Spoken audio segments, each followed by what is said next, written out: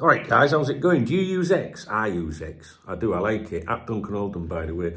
Although I don't really post much about football on there, to be honest. I don't want to be part of the football community. It's very toxic, you know what I mean? And I can't be doing with getting caught up in all that ratio bollocks and all that. No, it's not for me.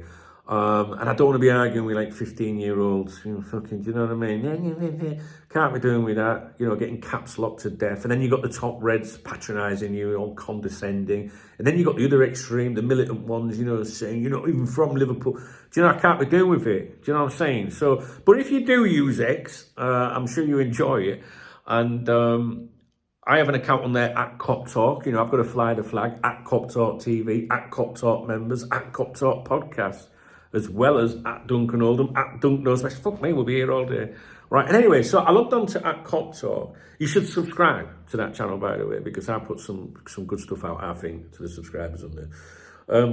And I logged on there this morning, and I didn't know that I had, like, DMs. You know what I mean? Like, I must have my permission set to, like, don't fucking trouble me. You know what I mean?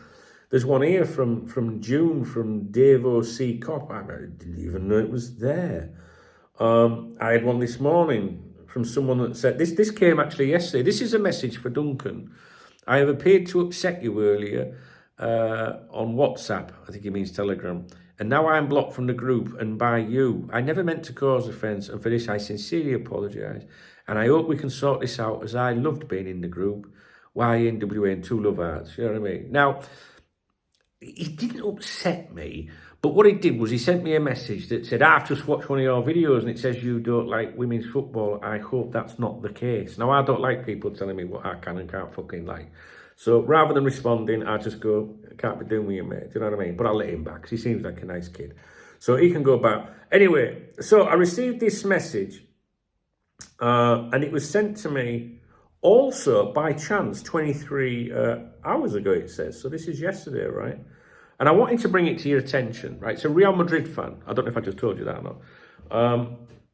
And I just think, I just want to share this with you, basically. And we're touching on Van Dijk and Trent Alexander-Arnold. And I just want to give you the insight from another perspective, all right? So, I write to you from Spain, right? Obviously, it's Spanish, right? You know what I mean? So there's a bit of translation.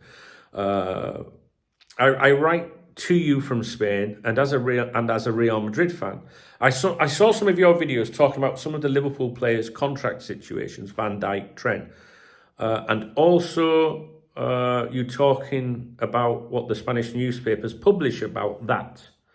The first thing I will tell you is that this media is not reliable, which we know that, we know that about the media, don't we? Both in Spain, England, wherever, we know the good and bad. Do you know what I mean? And he says they talk about rumours or echo information given by others. And this is true, and that applies to our media as well, our print media in the UK. But what I follow the Spanish press for, more so, is I like to follow the Spanish press for the factual stuff. Like Zubimendi played last night. He was substituted in the 63 minutes. He didn't play last night. But stuff like that, do you know what I mean? Stuff that is factual, is correct. I like to know what former Liverpool players are doing, like Aspas. But when it comes to the stuff to do with, say, Trent Alexander-Arnold and Real Madrid, I don't monitor those newspapers to say, hey, guys, look what this is factual. The reason I monitor the Spanish press for those reasons, in particular with Trent, for that reason regarding Trent, is because the Liverpool clique of journalists were giving the impression that the Spanish media were every day talking about Trent and Real Madrid. And I was saying to my viewers, guys, I'm in Spain, that ain't happening. And then I decided to start buying those newspapers again. We bought them in the summer to review what was being claimed regarding Zubimendi, Cubo, Mamadashvili and everything. And then I stopped because the transfer window closed. Like, what's the point? But I do review them every day now. But that's just so I can say to you guys, look, guys, this is in the papers or this isn't. And for 15 days now, there's been no mention of Trent Alexander-Arnold and Real Madrid, right? So that just means that my viewers know there's nothing there. If I wasn't doing that, and one of the Liverpool click journalists went, oh yeah, and there's constant reporting, it wouldn't be true. So I do this to show people what is and isn't in the press. Okay, it's not because we take what they say as gospel, just like we don't in the UK, depending on the particular journalist, of course. I mean, if it was Paul Joyce at the Times, we're going to listen to him, right? He says, Real Madrid is a fairly secretive club when it comes to transfer information. I think the best way to know about Real Madrid's movements is to know how Real Madrid works and see a little bit of the background. I personally follow a couple of YouTubers who follow them day in and day out. And he's told me who they are, but I'm not going to tell you who they are because there might be some, like people watch my videos, and they get tips off me. I'm not going to tell them, right? I think they both have good contacts within Real Madrid, especially who is a full member. That said, the other one has spoken about Trent Alexander-Arnold. He practically takes it for granted, and in brackets he's put next summer. He also stresses the great friendship he has with Jude, which is well known to everyone. The fact that he is free is an important factor. It also agrees with Real Madrid's policy, see Rudiger, Alaba. In the case of Van Dijk, no media has spoken strongly about it. Very, very true. In fact, I think Virgil van Dijk's been mentioned once with Real Madrid, which came, I think, in Marca, the pro-Real Madrid newspaper, the following day that Liverpool beat them. And do you remember me mentioning that to you? The journalist was saying, why on earth, are we not going for Virgil van Dijk? In my opinion, it would be a signing, Virgil van Dijk, that could fit into Real Madrid except for one detail. Madrid does not give long contracts or contracts of more than 1 or 2 years to players over 30. Would they make an exception, he asks. I hope so. Madrid have had serious injury problems with their centre-backs. Virgil could fit into the club's transfer policy.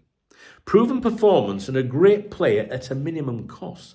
Personally, I think that if Madrid are trying to sign a centre-back, Virgil is very high on the list. They need to sign a centre-back for many years. It's so no longer, for many years, is no longer so great after the emergence of the youth player Asensio.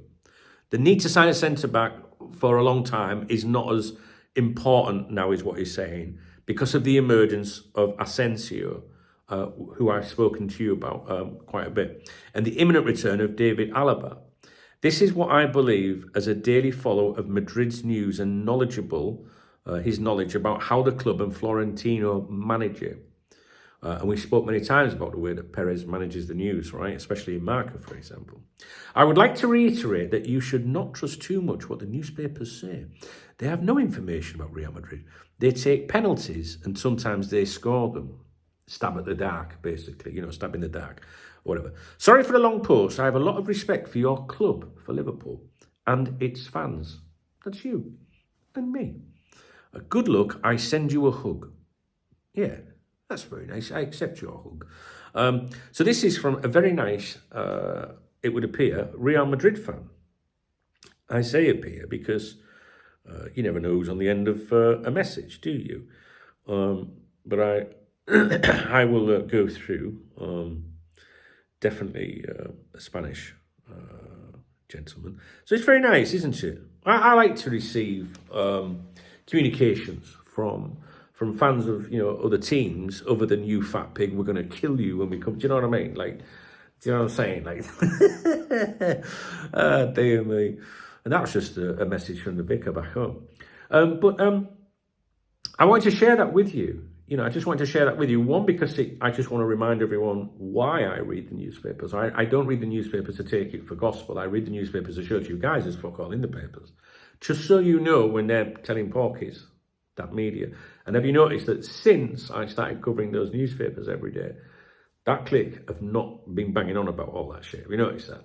So that's good. So you can see for yourself and always make your own decisions. You've now got a Real Madrid fan there, very respectful, saying Virgil van Dijk wouldn't surprise me if they were sniffing around him in the background.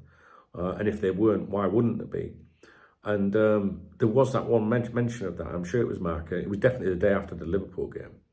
So I just wanted to put it out there for you, like a Real Madrid's angle on fans or supporters' angle on things.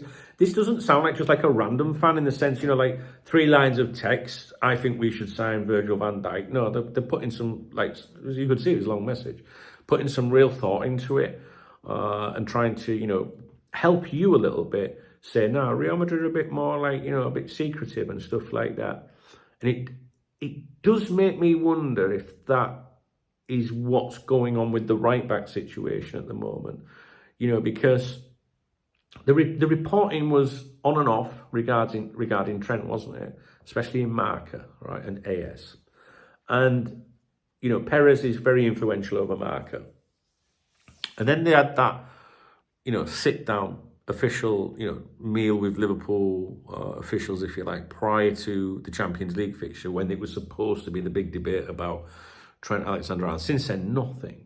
So it does make you wonder if, someone at Real Madrid's gone, you need to shut your fucking mouth about Trent, because they're going to say that we're sniffing around him and we're not allowed to. I don't know. It just makes you wonder about these things. And I think that's the wonder of the internet and the wonder of different personalities and people with different opinions, you, me, this chap, where we can collectively, interact with each other and exchange our experience and knowledge as we review these things, rather than acting like, some of these fucking hotheads on here, on the internet that, just run the mouth and stuff like that. So, I don't know, I just wanted to share it with you. I thought it was interesting. I will respond to this person. And if you have sent me a DM on social media, I'm very sorry if I haven't replied to you. There's literally, there's messages go back there years, to be honest with you. So yeah, we'll leave it at that. So I'm not quite sure. Do you think Real Madrid will be looking at Virgil van Dijk? Absolutely, I think so. Definitely. How would you not look at how would you not look at Virgil van Dijk? Any football club in the world would look at Virgil van Dijk available on a free transfer, and this is where Liverpool have got to be careful. We're fortunate that he wants to stay, but if Real Madrid were to step up right now and go, look, we would love you to come and play for us. It can really, it's not so much, Virgil van Dijk probably is aware of interest from numerous clubs, right? And maybe he's like, do you know what? I really do want to stay at Liverpool. I'm settled here. I like it here. We're onto something good. We're doing really fucking good, right? And I'd like to see my career out here or another year or two. I'm the captain of this great club. But, I think back to Steven Gerrard when we had his contract situation under different ownership and different suits, different executives at the time. And suddenly there was the possibility of him moving to Chelsea at the time. And what was the thing that Steven Gerrard said? I didn't feel loved, I didn't feel wanted. And it's been said that a couple of times by people associated with the club, and in recent years that have then left over contractual problems. So if you're Virgil van Dijk today, and you understand that you've got this game of like virtual tennis where, offer, counter offer, backwards and forwards and all that. And, during that, I think it does get to these players sometimes where the head drops a bit. And imagine, like Real Madrid saying, look, Liverpool, they don't appreciate you. Come and play for us. Come and play for Real Madrid. Tell us what you want. We'll sort it. We'll do you a year, 2 years, or whatever. You only need to plant that seed. It's the same in a relationship. If you're not looking after your woman, all right, and you're not making her feel special, and I'm sure this applies the other way around as well, but I'm saying from a man's point of view, if you're not looking after your woman, if you're taking her for granted, if you think she's just going to stay there forever, right, and you're not giving her the love and the affection and what she thinks she deserves, it only needs one other mush to say something in her ear and go, I appreciate you, he's a lucky man. I'd love you. And that's why relationships fail, and I think that applies in football. So thanks for that message, my friend. I'm going to send him a message back, and I'm going to link him to this video as well. So any comments you put on this video, this person will see if you want to acknowledge them. That's it. All right. So if you appreciate this video, please thumbs up my video. Please drop me a comment. If you want to buy me a beer, I'm having a drink tomorrow, or a coffee on Sunday morning, then you can hit the super thanks button on here, and I will give you a shout out tomorrow morning in tomorrow morning's morning briefing. If you don't see the love out under the video, no excuses. Or if you're a Muslim, no excuses, you can get me a coffee. No, there's 3 other ways in the video description. And you can become a channel member. The more you support my channel, the more I will do for you. It is that simple. If you don't want to watch my videos anymore, if you don't give a fuck about my videos, just say, lost interest, unsubscribing, fine. Then I could just fucking chill for days, you know what I mean? But if you love my videos, the very least you can do is give me a thumbs up. All right, guys, take care.